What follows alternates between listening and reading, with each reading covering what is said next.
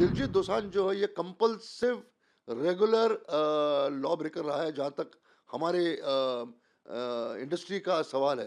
He has always promoted Pakistani performers, Pakistani singers, Pakistani actors. हमने सुना है कि वो फिल्म को कहीं और रिलीज कर रहे हैं इंडिया से बाहर।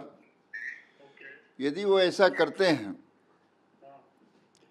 तो हम उनको और उनके प्रोड्यूसर को हमेशा के लिए बैन करेंगे। जब इंडस्ट्री उसको अपील कर रही है, और इंडस्ट्री को अपील करने की जरूरत भी नहीं होनी चाहिए, ये नेशन पे बात आती है, नेशन के इंटीग्रिटी की बात आती है, नेशन के इंटरनल सिक्योरिटी की बात आती है, तब भी जाकर ये शख्स जो है बार बार ये गलती करता है। वो हमारे लिए देशद्रोही से कम नहीं है।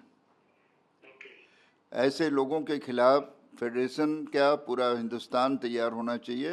इसको पूरे तरीके से इस देश से बॉयकॉट करना बहुत जरूरी है। तो न वो गाना गा पाएंगे कहीं, नहीं उनके कोई गाने रिलीज करेगा, नहीं वो किसी फिल्म में काम कर सकेंगे। He has to come in forefront and apologize।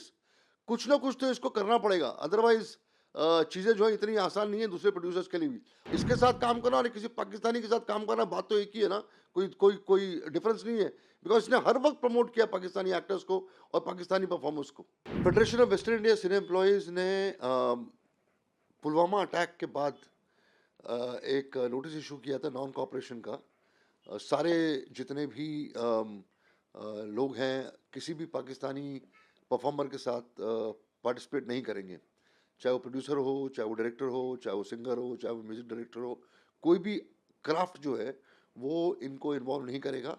और अगर सपोज किसी टेक्नीशियन ने इनके साथ भी काम किया तो इट्स नॉट ओनली एक्टर्स और it's not only performers, even the technician जो है उनको बाइकआउट किया जाएगा।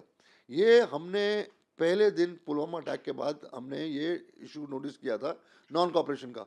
उसके बाद जितने भी अटैक्स हुए हमने उसको रीट्रेट किया कि हमारा जो ये नोटिफिकेशन है, नोटिस है, ये जारी है, इसको चेंज नहीं किया हमने, उसको विड्रॉ भी नहीं किया हुआ है।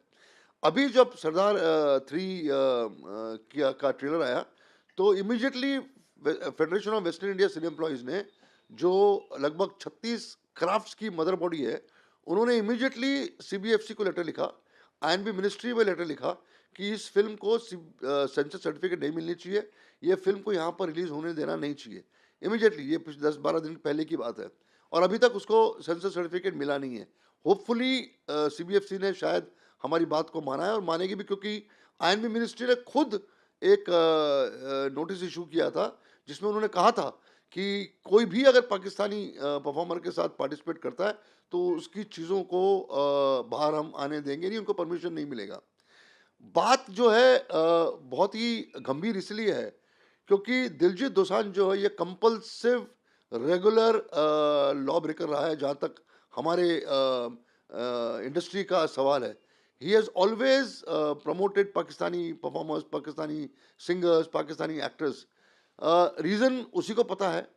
जब इंडस्ट्री उसको अपील कर रही है, और इंडस्ट्री को अपील करने की जरूरत भी नहीं होनी चाहिए, ये नेशन पे बात आती है, नेशन के इंटीग्रिटी की बात आती है, नेशन के इंटरनल सिक्योरिटी की बात आती है, तब भी जाकर ये शख्स जो है बार बार ये गलती करता है।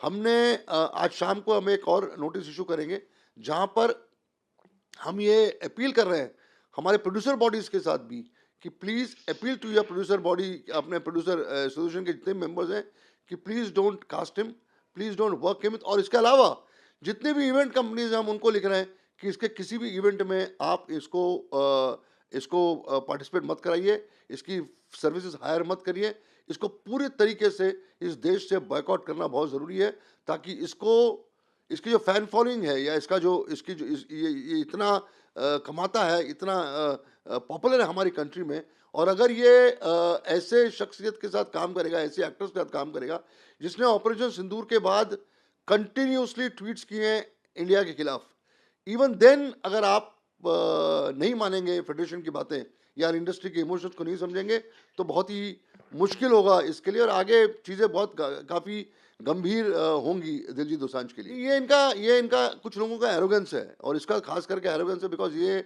लोगों की बातों को नहीं मानता है, उसको जो करना है ये करता है। लेकिन इस बार जो ये हुआ है, सरदार 3 का जो इशू है, ये बहुत ही सीरियस हो गया है, और it's not only organization, it's not only film